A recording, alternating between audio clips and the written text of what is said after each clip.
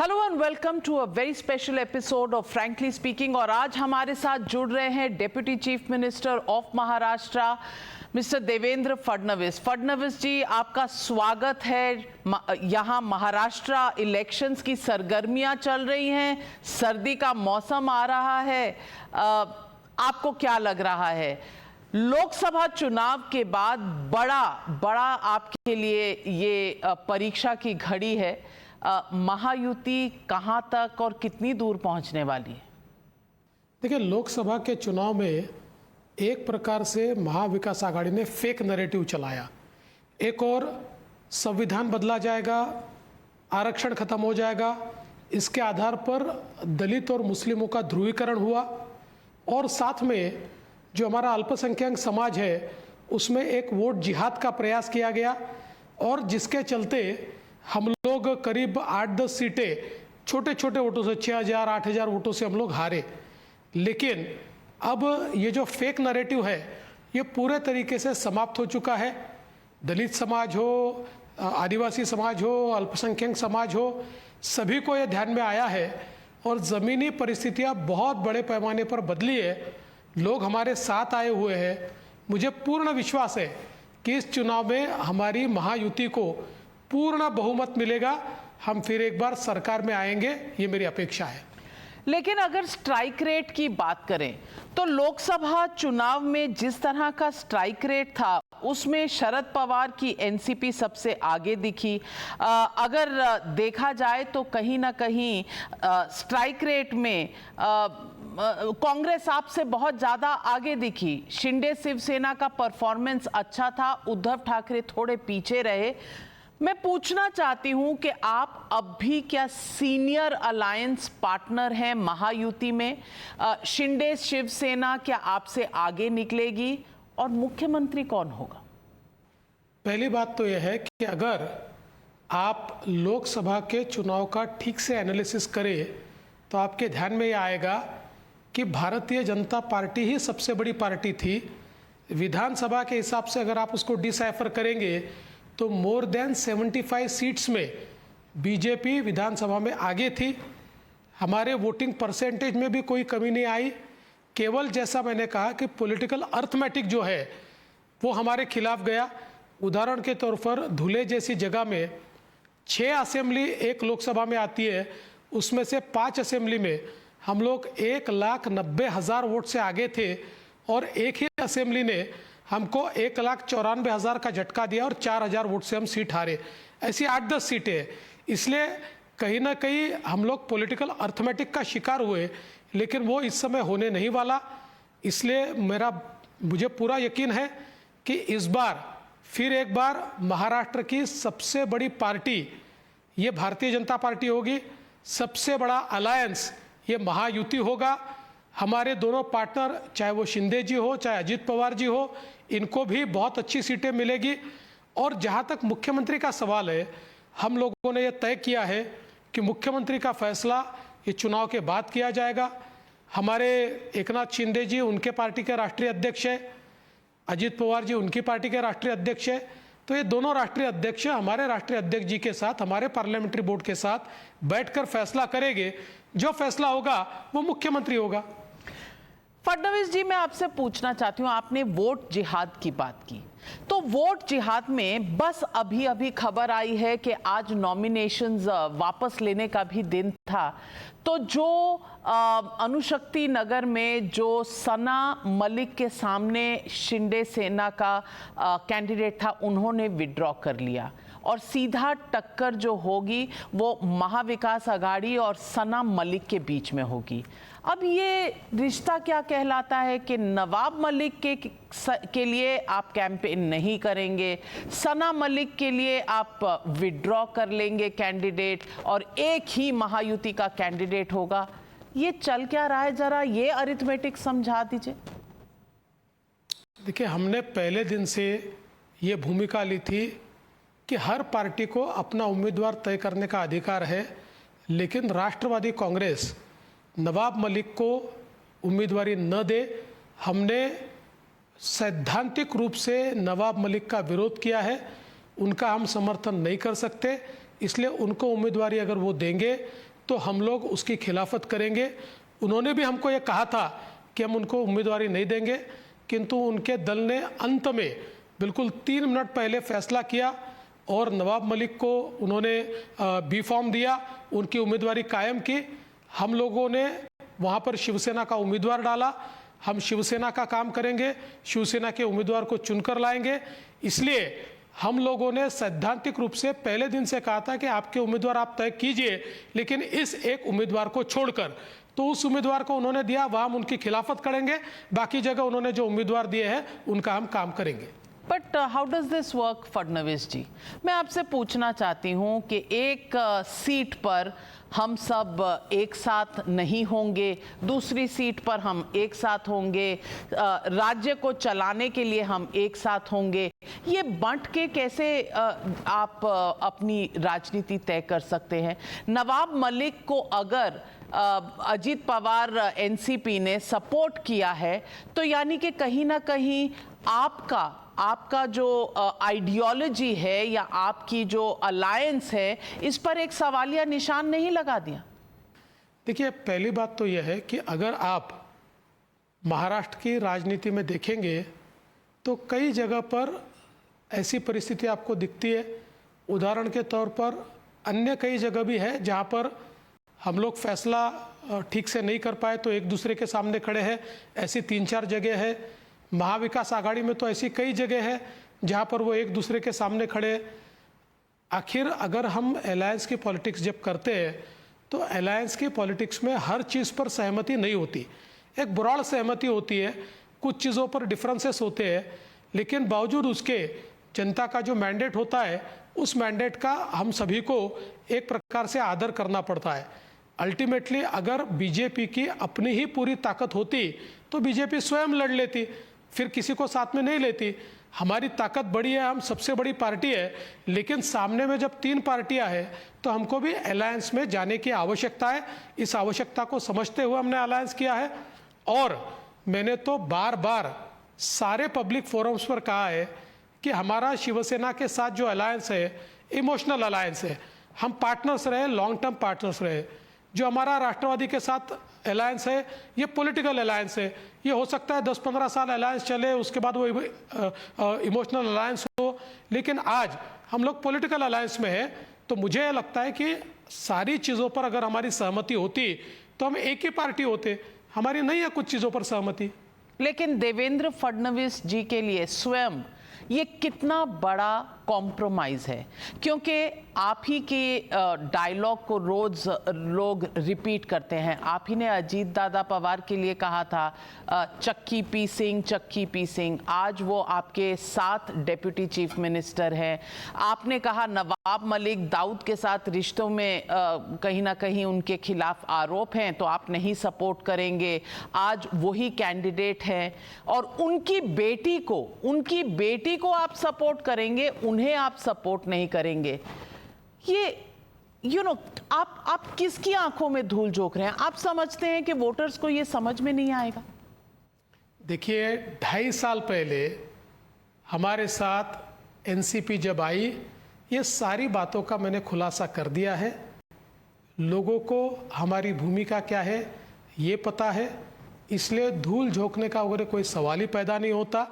जनता हमारी भूमिका को जानती है और मेरा पूरा विश्वास है कि जनता हमको वोट करेगी, हमारी सरकार वापस चुन कर आएगी। मैं आपसे पूछना ये भी चाहती हूँ कि सना मलिक के खिलाफ एक महाविकास आघाड़ी का मुस्लिम कैंडिडेट है, क्या इसलिए सना मलिक को आप सपोर्ट करेंगे चाहे वो नवाब मलिक की डॉटर हो? क्या ये वोट जिहाद नहीं है? देखिए, मैं वापस आपको कह देता हूँ कि हमने पहले दिन से ये कहा था हर पार्टी को उनका उम्मीदवार तय करने का अधिकार है। चूँकि अणुशक्ति नगर ये एनसीपी की सिटिंग सीट थी, इसलिए वो सीट उनकी तरफ गई। हमने ये बात ज़रूर उनको कही थी, हमको नवाब मलिक वहाँ पर कैंडिडेट नहीं चलेंगे, कहीं पर भी नहीं चलेंगे। उन्होंने नवाब मलिक को वहाँ पर उम्मीदवारी नहीं दी और किसी को उम्मीदवारी देना ये उनका काम था। उन्होंने अपना उम्मीदवार तय किया है। हमने ये भूमिका स्पष्ट रूप से रखी थी कि नवाब मलिक इनको आप मत दीजिए, हम उनका काम नहीं करेंगे, हम उनका काम नहीं कर रहे। इसलिए मुझे लगता है हमने अपनी भूमिका में कोई बदलाव नहीं लाया है, हम अपनी भूमिका पर अड़िग हैं। तो आपने लास्ट मिनट जो शिवसेना शिंदे गुट के कैंडिडेट को विड्रॉ किया, क्या ये डिसीजन इसी बेसिस पर लिया गया कि कहीं ना कहीं वोट ना कट हो और महाविकास आघाड़ी और महायुति आपस में एक दूसरे के वोट ना काटे? देखिए, ऐसा है कि कुछ जगहों पर जो जगह राष्ट्रवादी के कोटे में गई थी वहाँ पर शिवसेना के उम्मीदवार थे, कुछ शिवसेना के कोटे में गई थी वहाँ राष्ट्रवादी के उम्मीदवार थे। वो दोनों पार्टियों ने बैठकर निर्णय किया हुआ है, उन्होंने आपस में बैठकर ये तय किया हुआ है। मैं आपसे ये भी पूछना चाहती हूँ कि बहुत से ऐसे कैंडिडेट हैं बीजेपी ने शिंदे सेना के खिलाफ दिए हैं, ये क्या वोट कट नहीं करेंगे आपस में? बीजेपी ने शिंदे सेना के खिलाफ कोई कैंडिडेट दिया नहीं है।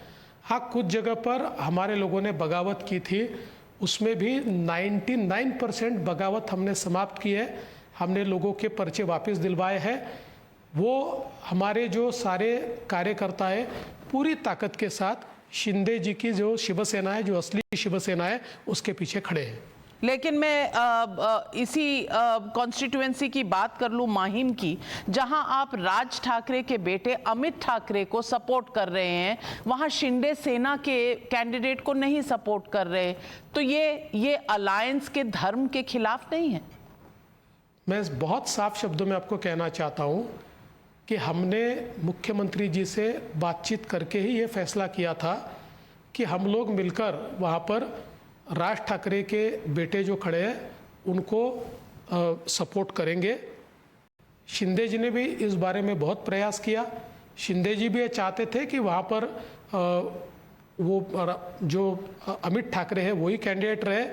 उन्होंने अपने जो उम्मीदवार है उस उम्मीदवार को समझाने का काफ़ी प्रयास किया।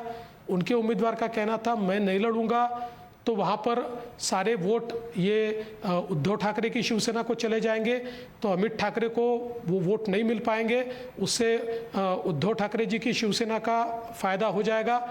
तो ये सारी चीज़ें होते हुए अभी वहाँ दोनों उम्मीदवार हैं।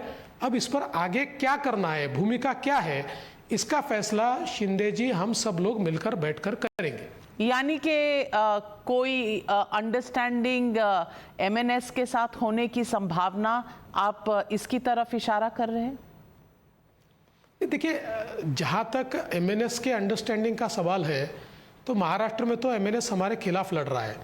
हाँ, कुछ चीज़ों पर हमारा एक मत है, उन्होंने अभी हिंदुत्व की भूमिका ली है, उस भूमिका से हम लोग बिल्कुल साथ में है, लेकिन कुल मिलाकर उनकी अपनी पार्टी है, उन्होंने उम्मीदवार लड़ा है। बीजेपी के खिलाफ 70 उम्मीदवार एमएनएस के लड़ रहे हैं। लेकिन ये ज़रूर है कि शिवड़ी जैसी जगह पर माननीय मुख्यमंत्री जी ने तय किया, हमने उनसे स्ट्रैटेजिक अलायंस किया हुआ है, हमने वहाँ उम्मीदवार दिया नहीं है। कुल मिलाकर ये जो जिस प्रकार से महाराष्ट्र में अलायंस की पॉलिटिक्स चल रही है, इसमें कुछ चीज़ें अंडरस्टैंडिंग से भी चलती है, क्योंकि हमारे विचारों के विरोधी तो वो नहीं है, हाँ पॉलिटिकली वो हमारे विरोधी, हमारे खिलाफ खड़े हैं। तो मुझे लगता है कि इन सारी चीज़ों के ऊपर हम लोग बैठकर फैसला करेंगे। मैं आपसे मराठा एजिटेशन के जो लीडर हैं मनोज जरांगे पाटिल, इन्होंने विड्रॉ कर लिया अपने सारे कैंडिडेट्स। बड़ी उपलब्धि आपके लिए, कैसे कन्विंस किया आपने पाटिल साहब को? क्योंकि एक मेजर जो बीजेपी और महायुति के खिलाफ एक फोर्स बनकर निकल रही थी, उन्हें आपने कैसे कन्विंस किया? देखिए, हमने किसी को कन्विंस नहीं किया, उन्होंने ही फैसला लिया था वो चुनाव लड़ेंगे।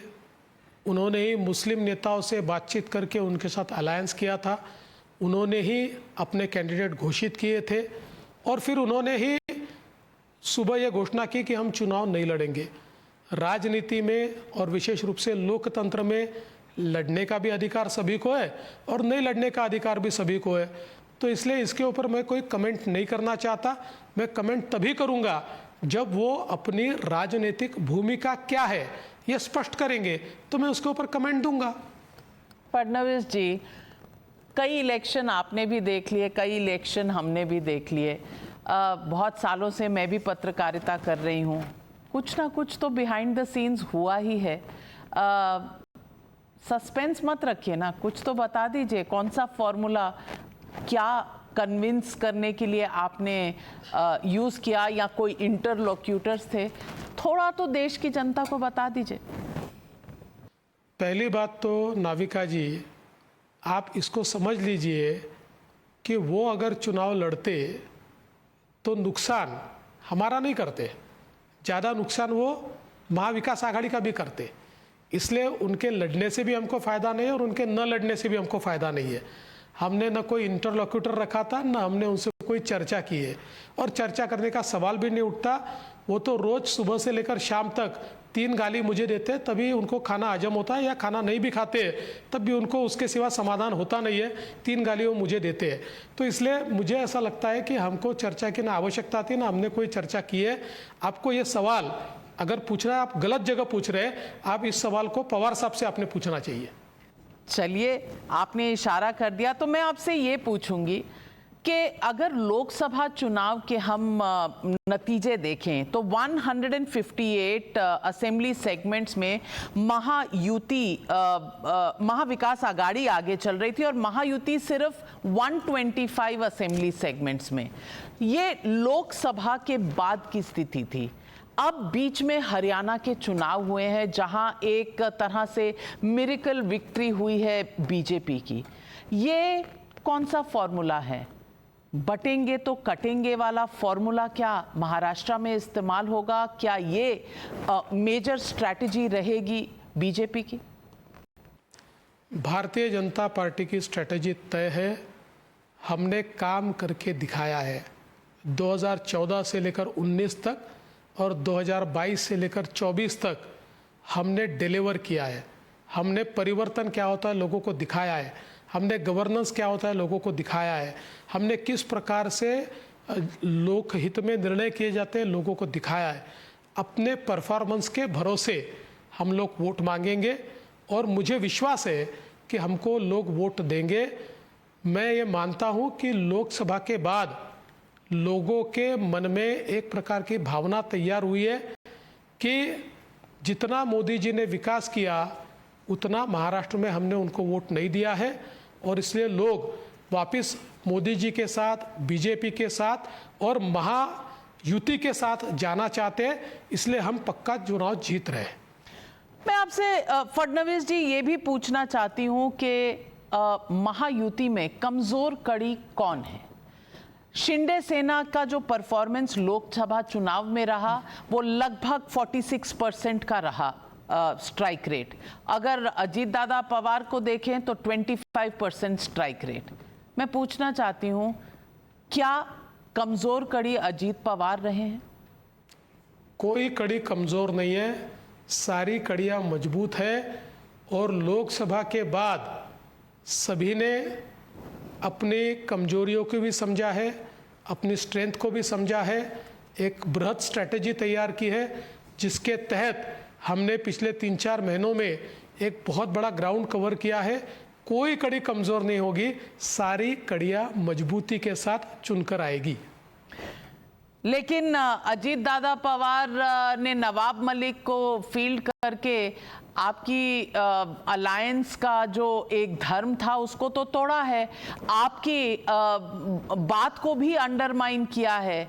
मैं आपसे पूछना चाहती हूँ, Devendra Fadnavis the man, not just the politician, not just the BJP कार्यकर्ता, लेकिन देवेंद्र फडणवीस के लिए समझौता करना अजीत दादा पवार से कितना आसान है? कभी कभी दिल में टीस उठती है कि ये मैं किनके साथ बैठा हूं। देखिए, अब ये सारी चीज़ें बहुत पीछे छूट गई। अभी 2.5 साल से हम लोग साथ में हैं, साथ में चुनाव लड़ रहे हैं, साथ में प्रचार कर रहे हैं, साथ में चुनाव जीतेंगे। हम लोगों को पूरा विश्वास है कि हमारी महायुति को, हमारे अलायंस को पूर्ण बहुमत मिलेगा। इसलिए अब देवेंद्र फडणवीस को क्या लगता है, Devendra Fadnavis as a human being को क्या लगता है, Devendra Fadnavis as a politician को क्या लगता है, ये सारी चीज़ें गौड़ है। अब मैदान में उतरे हैं, मैदान में उतरने के बाद जीतने के लिए लड़ाई लड़ रहे हैं। लेकिन नवाब मलिक का जब नाम आया तो कुछ लगा, पर्सनली हर्ट हुआ? देखिए, आपकी कैसेट वहाँ अटकी है, मेरी कैसेट आगे निकल गई है।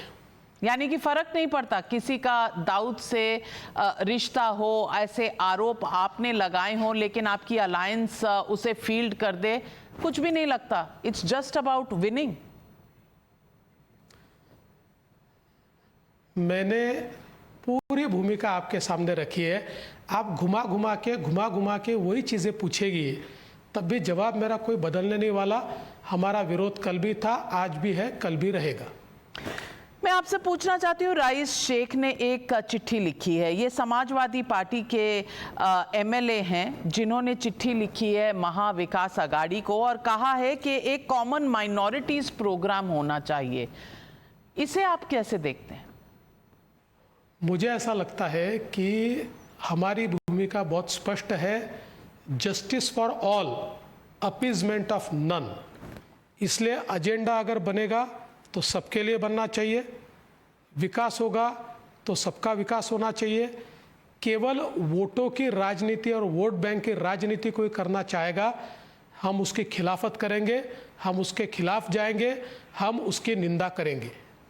मैं आपसे पूछना चाहती हूँ इसलिए भी ये सवाल कि आरएसएस ने लोकसभा चुनाव के बाद ऑर्गेनाइजर में एक आर्टिकल छपा था, लिखने वाले रतन शारदा जी थे, जिन्होंने कहा कि कहीं ना कहीं ये जो समझौते हुए हैं अलायंसेस के लिए, खास करके दादा पवार का नाम लिया गया था, अजीत दादा पवार का, वो कहीं ना कहीं बीजेपी को हर्ट करते हैं। आपने तब भी नहीं रिएक्ट किया, आप आज भी नहीं कर रहे, लेकिन क्या ये अलायंस को स्ट्रॉन्ग बनाएगा महाविकास अघाड़ी के सामने खड़े होने का? और उद्धव ठाकरे के साथ आपके रिश्ते कभी सुधर सकते हैं? ये भी पब्लिक सवाल पूछती है।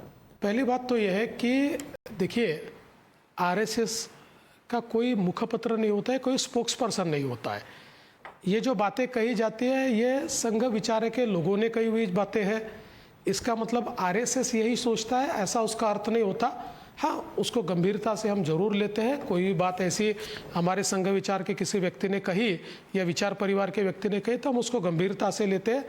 मुझे ऐसा लगता है कि अगर हम अपने बलबूते पर जीत सकते तो हम किसी को साथ में नहीं लेते, लेकिन ये भी उतना सच है कि एक लिमिट तक हम आगे बढ़े हैं, हम नंबर 1 की पार्टी हुए हैं, लेकिन जब बाकी लोग हमारे सामने एक साथ जुड़ जाते हैं तो अभी भी महाराष्ट्र का पॉलिटिकल अर्थमेटिक हमको सिंगल पार्टी के रूप में चुनकर आने जितने वोट नहीं देता। अलायंस की हमको ज़रूरत है, इसलिए हमने अलायंस पार्टनर्स को साथ में लिया है।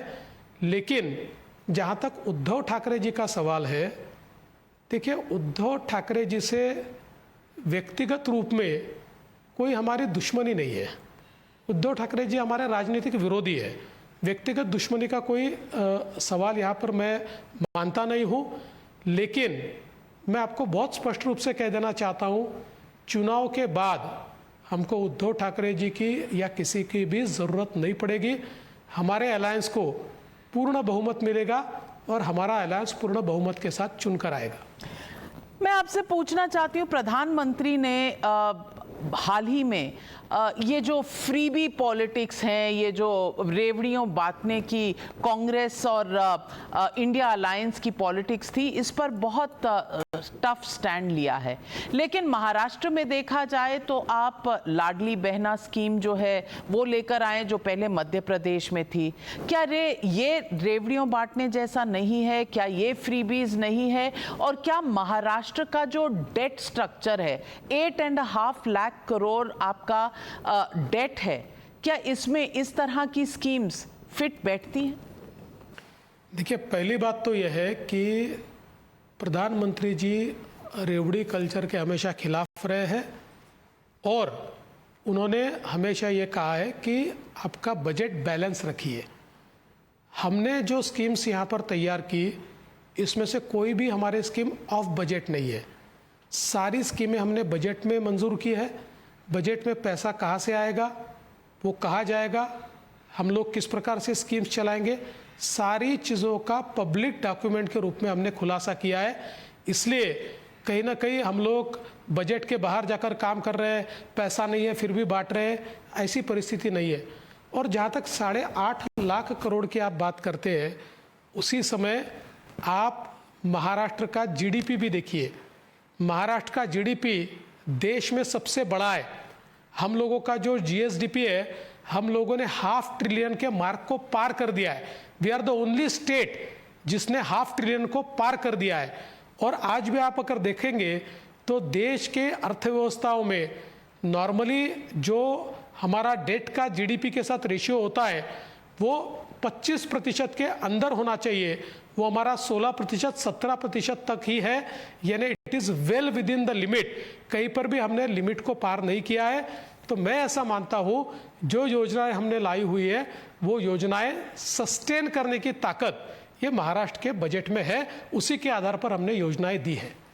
फडणवीस जी, आपने कहा गवर्नेंस का जो आपका रिकॉर्ड है जनता उस पर वोट करेगी, लेकिन इस गवर्नेंस में एक सवाल उठता है जो लीडर हैं एनसीपी के बाबा सिद्दीकी जी के ऊपर जो हमला हुआ, जानलेवा हमला हुआ, उनके की कॉन्स्पिरेटर्स ज़ीशान अख्तर और शुभम लोंगर अब तक गिरफ्तार भी नहीं हुए।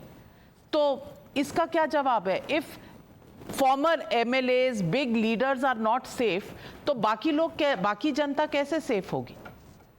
देखिए, जिन्होंने गोली मारी उनको भी गिरफ्तार किया। 11 कॉन्स्पिरेटर्स को पुलिस ने गिरफ्तार कर लिया है।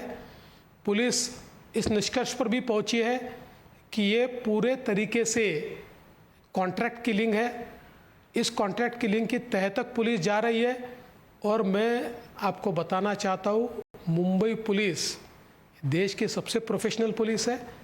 निश्चित रूप से ये कॉन्ट्रैक्ट किसने दिया इसका भी खुलासा जल्दी ही पुलिस करेगी। पुलिस काफ़ी तह तक इसके पहुंच चुकी है। अब चूंकि आचार संहिता लगी है इसलिए इसका कोई ब्रीफिंग मेरे पास नहीं आता। अब इसके बारे में जो भी खुलासे होंगे वो पुलिस ही स्वयं करेगी, पर मेरी जानकारी के अनुसार पुलिस काफ़ी तह तक इसके पहुंच चुकी है। यानी कि जेल में बैठे बिश्नोई गैंग इतने पावरफुल हैं कि बाहर पॉलिटिकल लीडर्स को इस तरह से अटैक कर सकते हैं, मार सकते हैं। देखिए, मैं वापस कहना चाहता हूं कि इसमें कौन है इसके बारे में कई अटकलें लगाई गई। It is not right for me to say that इसमें बिश्नोई गैंग कितनी है, बिश्नोई ने किया है या नहीं किया है, या उनके माध्यम से किया है, या कॉन्ट्रैक्ट लिया है, या किससे लिया है, ये यहाँ बोलना सही नहीं है, ये ठीक भी नहीं है। इस पर उचित खुलासा जो है ये पुलिस विभाग बहुत जल्दी करेगा, ऐसा मेरा कयास है। फडणवीस जी, आज फिर डीजीपी, महाराष्ट्र की डीजीपी को भी हटा दिया गया है, रश्मि शुक्ला जी को। आपको याद होगा वो पुराने केसेस थे फोन टैपिंग के, महाविकास अघाड़ी की सरकार में जो शुरू हुए, बाद में रश्मि शुक्ला जी डीजीपी बनी, आज इलेक्शन कमीशन ने उन्हें हटाया है। आपको लगता है निष्पक्ष चुनाव के लिए ये जो डीजीपी को हटाया गया है, वाकई विपक्ष के पास कुछ ऐसे इश्यूज थे जिन्हें इलेक्शन कमीशन ने संज्ञान में लिया? देखिए, पहली बात तो यह है कि जिस समय एमवीए की सरकार थी उस सरकार ने जितने आरोप रश्मि शुक्ला इनके ऊपर लगाए थे वो सारे आरोप हाई कोर्ट ने खारिज कर दिए, सिरे से खारिज किए। लेकिन ठीक है, उन्होंने कंप्लेंट्स की है, चुनाव निष्पक्षता के साथ होना चाहिए, इसलिए इलेक्शन कमीशन ने कोई फैसला किया है, उस फैसले का सभी लोग मिलकर सम्मान करेंगे। मैं केवल इतनी अपेक्षा करता हूं कि उनकी कंप्लेंट पर या उनके कहने पर कोई फैसला इलेक्शन कमीशन ने किया तो उसका वो स्वागत करते हैं। तो कल अगर हम चुनाव जीते तो उसके बाद भी चुनाव निष्पक्षता के साथ हुआ ऐसा कहकर चुनाव आयोग का वो स्वागत करेंगे।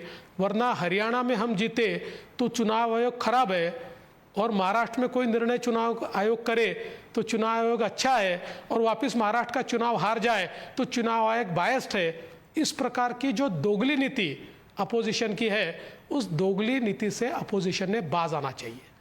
वो तो ईवीएम की बैटरी का कंप्लेंट था कि ईवीएम की बैटरी में कोई खेल था। आपको लगता है ईवीएम की बैटरी महाराष्ट्र में सही रहेगी?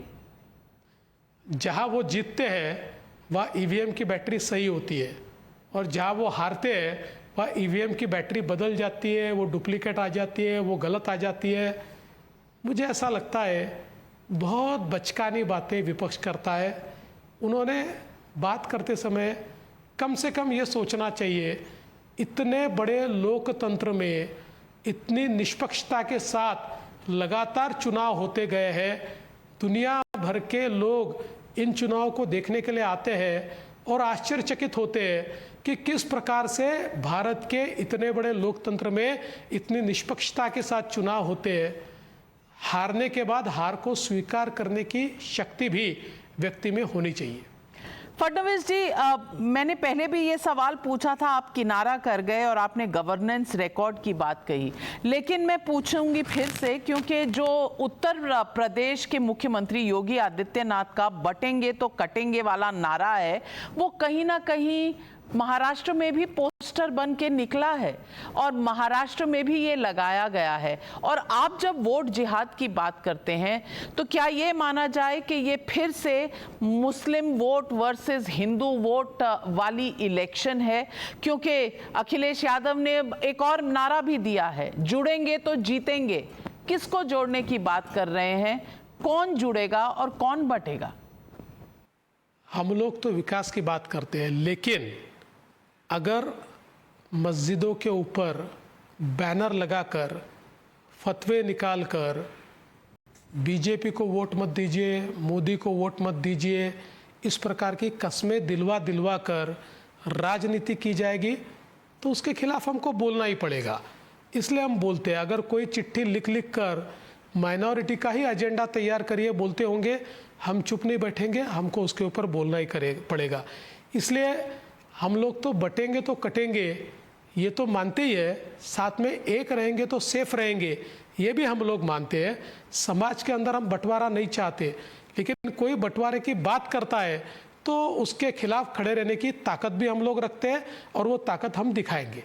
इन्हीं चुनाव में मैनिफेस्टो में झारखंड में आपकी पार्टी ने दिया है कि यूसीसी आएगा झारखंड में। क्या महाराष्ट्र में भी हम यूसीसी की बात कर रहे हैं? देखिए, अभी हमारा मैनिफेस्टो तैयार हो रहा है। ये मैनिफेस्टो हमारे अलायंस का मैनिफेस्टो है। इस मैनिफेस्टो में वही चीज़ें आएगी जो अलायंस पार्टनर मिलकर तय करेंगे। अभी तक मैनिफेस्टो तैयार नहीं हुआ है और मैनिफेस्टो घोषणा से पहले उसमें क्या क्या होगा ये बोलना ये ठीक नहीं होगा, क्योंकि तीनों ने मिलकर इसकी घोषणा करनी है। इसलिए इसके ऊपर जैसे ही मैनिफेस्टो तैयार होगा हम इसकी घोषणा करेंगे। फडणवीस जी, मैं आपके साथ एक रैपिड फायर राउंड करना चाहती हूं जिसमें मैं तेज सवाल पूछूंगी और आपको तेज जवाब देने होंगे। सबसे पहले मेरा सवाल है कि क्या आप मुख्यमंत्री की रेस में कंटेंडर हैं? जी नहीं। यानी कि आप मुख्यमंत्री बनने के लिए खेल ही नहीं रहे ये गेम? मैंने आपको रैपिड उत्तर दिया है। अच्छा, तो फिर कौन है मुख्यमंत्री का फेस? कौन है मुख्यमंत्री का फेस? हम तीनों मिलकर जिसको तय करेंगे, तीन पार्टियां मिलकर जिसको तय करेंगी वो हमारा फेस होगा। आप एकनाथ शिंदे जी की परफॉर्मेंस एज सीएम कैसे रेट करते हैं? बहुत अच्छी परफॉर्मेंस है, उन्होंने अच्छा काम किया है। 2.5 साल में उन्होंने गतिमान सरकार दी है, बहुत ही गति के साथ प्रगति करने वाली सरकार दी है। फडणवीस जी, अगर आपको चॉइस दी जाए शिंदे या अजीत दादा पवार, किसको आप मुख्यमंत्री देखना चाहते हैं? किसे चूज करेंगे? देखिए, इसका जवाब मैं आज इसलिए नहीं देना चाहता क्योंकि मुख्यमंत्री किसे बनाना है ये तीन पार्टियां मिलकर तय करने वाली है। तीनों पार्टियां इनमें से किसी को भी बनाए, मेरा उसको पूरा समर्थन होगा।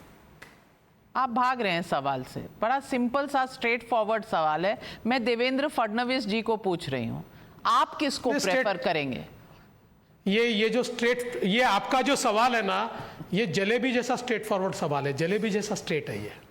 आजकल बीजेपी को जलेबियां बहुत पसंद आने लगी। जब से राहुल गांधी ने जलेबी को पॉपुलर किया है, आपको जलेबियां बहुत पसंद आने लगी हैं। लेकिन मैंने तो देवेंद्र फडणवीस से सीधा सवाल पूछा। देवेंद्र फडणवीस क्या जवाब देंगे, शिंदे या अजित पवार? सीधा जवाब है शिंदे और अजित पवार दोनों। भाग रहे हैं। सीएम तो एक ही हो सकता है, दो सीएम तो हो नहीं सकते। तो मैंने तो आपको पहले बता दिया कि सीएम का फैसला तो बाद में होने वाला है। तो मैं कोई इतना कच्चा खिलाड़ी तो नहीं हूं कि आप मुझे फंसाएंगे और मैं फंस जाऊंगा। अच्छा, तो ये फंसाने वाला सवाल, कम से कम आपने इतना तो एडमिट कर दिया कि आप फंसने वाले नहीं हैं। अच्छा, तो मैं ये पूछना चाहती हूं, अगर आपको चूज करना होता कि आपके लिए सबसे ज्यादा दुख देने वाला मुख्यमंत्री फेस एमवीए में कौन है, महाविकास आघाड़ी में कौन है, तो किस पर उंगली रखेंगे? शरद पवार, उद्धव ठाकरे या फिर नाना पटोले? नहीं, नाना पटोले तो बेचारा कभी मुख्यमंत्री बने ही नहीं। वो तो मेरे मित्र हैं, कभी बने नहीं। और उनको तो बेचारों को आखिरी में जो डिस्कशन है, उस डिस्कशन से भी मेरे मित्र को उन्होंने बाहर रख दिया। वो प्रदेश के अध्यक्ष है और वही डिस्कशन में नहीं थे। लेकिन मैं इसके ऊपर जवाब नहीं देना चाहता। देखिए, इस प्रकार के सवालों का जवाब जो मुझे ऐसा लगता है कि परिपक्व लोग होते हैं, उन्होंने नहीं देना चाहिए। तो ये बताइए, महाविकास आघाड़ी में सबसे स्ट्रॉन्ग पार्टनर आप किसे मानते हैं और सबसे वीक कौन है? मुझे ऐसा लगता है कि महाविकास आघाड़ी को एक साथ रखने का काम तो शरद पवार जी करते हैं। शरद पवार जी मंजे हुए खिलाड़ी है। शरद पवार जी एक बड़े नेता है। शरद पवार जी ने बहुत सालों से चुनाव को देखा है। तो मैं ऐसा मानता हूँ कि निश्चित रूप से सबको साथ में रखने का काम तो वहाँ पर शरद पवार जी करते हैं। बाकी बचे हुए दो पार्टनर हैं, अब उनमें कौन मजबूत है और कौन हल्का है, इस पर मैं कोई कमेंट नहीं करना चाहता। कांग्रेस मजबूत लगती है या उद्धव जी? हमारे सामने तो 75 सीटों पर कांग्रेस लड़ रही है। तो हमारी तो बीजेपी की लड़ाई ये सबसे ज़्यादा कांग्रेस के साथ है। हम तो सीधा कांग्रेस के साथ ही लड़ रहे हैं। लाइबिलिटी कौन है महाविकास आघाड़ी में?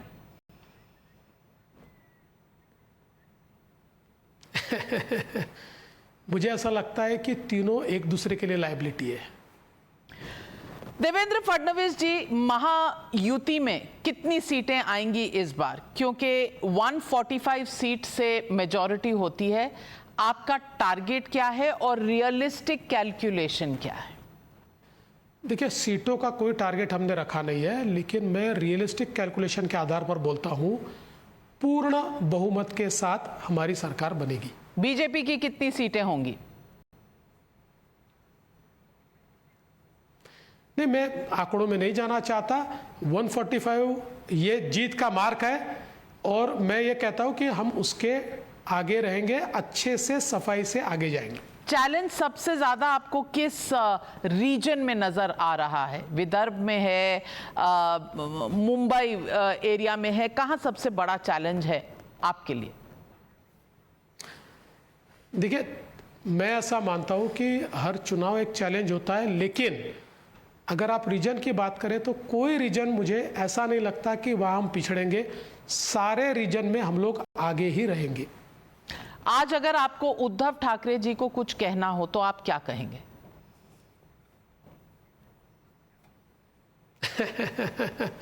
मैं इतना ही कहूंगा कि एक बार पीछे मुड़कर देख ले तो उनके ध्यान में आएगा कि उन्होंने कितना गलत फैसला किया है। यानी कि आगे बढ़कर अगर चलते चले तो साथ चलने का कोई पॉसिबिलिटी है?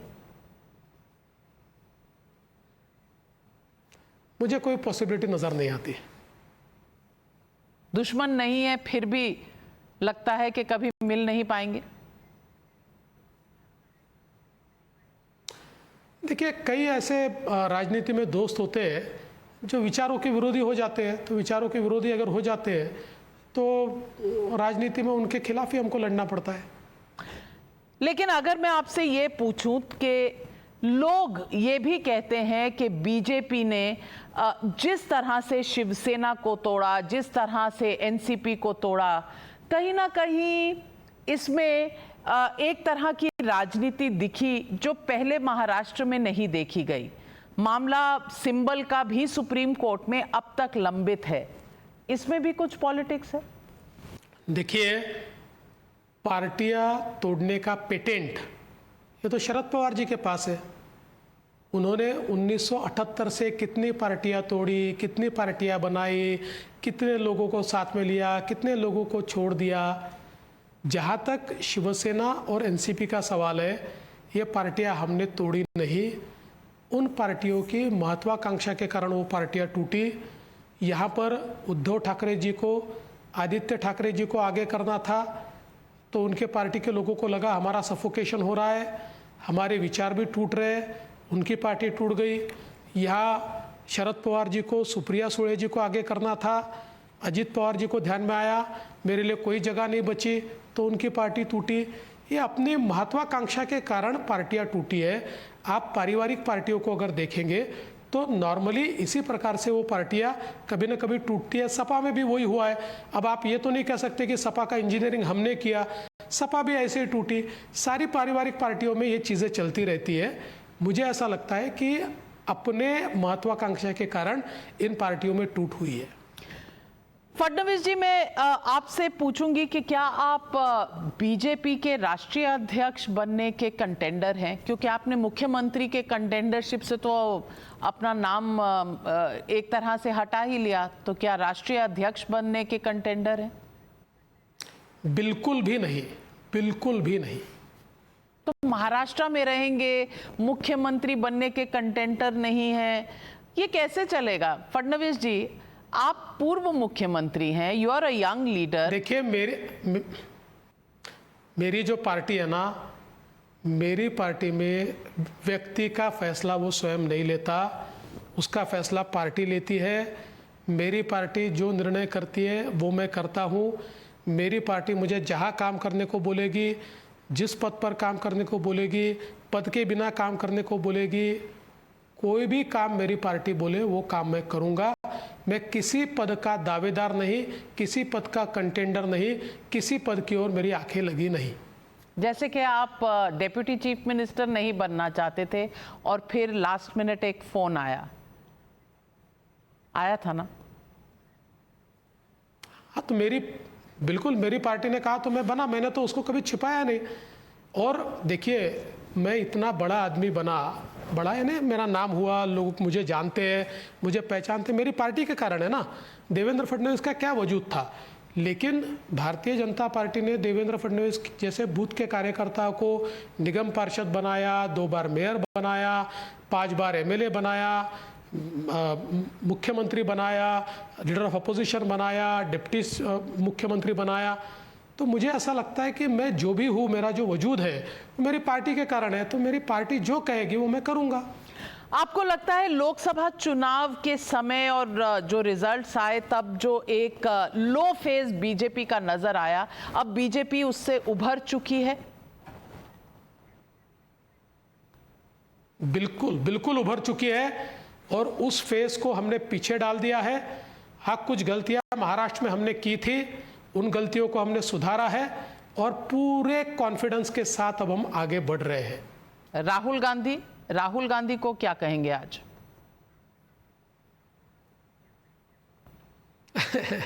देखिए, राहुल गांधी को मैं कोई सलाह नहीं दे सकता क्योंकि राहुल गांधी किसी की सलाह मानते ही नहीं है और उनके जो सलाहकार है वो उनका बंटाढार करने के लिए काफ़ी है, इसलिए मेरी सलाह की उनका आवश्यकता ही नहीं है। लेकिन बहुत से लोग देख रहे हैं कि राहुल गांधी का ग्राफ ऊपर बढ़ रहा है, Rahul Gandhi is emerging as a leader. आप मानते हैं कि after the setback of Haryana Rahul Gandhi के कमबैक का कोई स्कोप है इन चुनावों में? देखिए, ऐसा है कि एक इकोसिस्टम ऐसी है कि जो इकोसिस्टम मन से चाहती है कि वो कमबैक करे और इसलिए पिछले 10 सालों से वो इकोसिस्टम प्रयास कर रही है और छोटा सा भी अवसर मिल जाता है उनको तो उसको कमबैक का एक बड़ा नाम दे देते हैं, उसको एक गरिमामयी इस प्रकार का उसको एक जामा पहना देते हैं। देखिए, कोई कमबैक हुआ नहीं है, कोई कमबैक होने वाला नहीं है। वेल, बहुत कॉन्फिडेंट लग रहे हैं आप कि आपकी महायुति को मेजॉरिटी भी मिलेगी, राहुल गांधी का कमबैक भी नहीं होगा। तमाम चीज़ें आपने कही, लेकिन जाते जाते सीट का एक प्रोजेक्शन तो बता दीजिए। आजकल कोई पोलस्टर्स के साथ तो ये प्रोजेक्शंस करता नहीं है, आप ही बता दीजिए कि ज़मीन पे क्या नज़र आ रहा है। पूर्ण बहुमत। Devendra Fadnavis, thank you very much. आप सीट का नंबर नहीं बता रहे, लेकिन पूर्ण बहुमत बता रहे हैं। हमारे साथ जुड़ने के लिए और खुलकर बात करने के लिए आपका बहुत बहुत धन्यवाद। और may the best team win in Maharashtra. All the very best to you.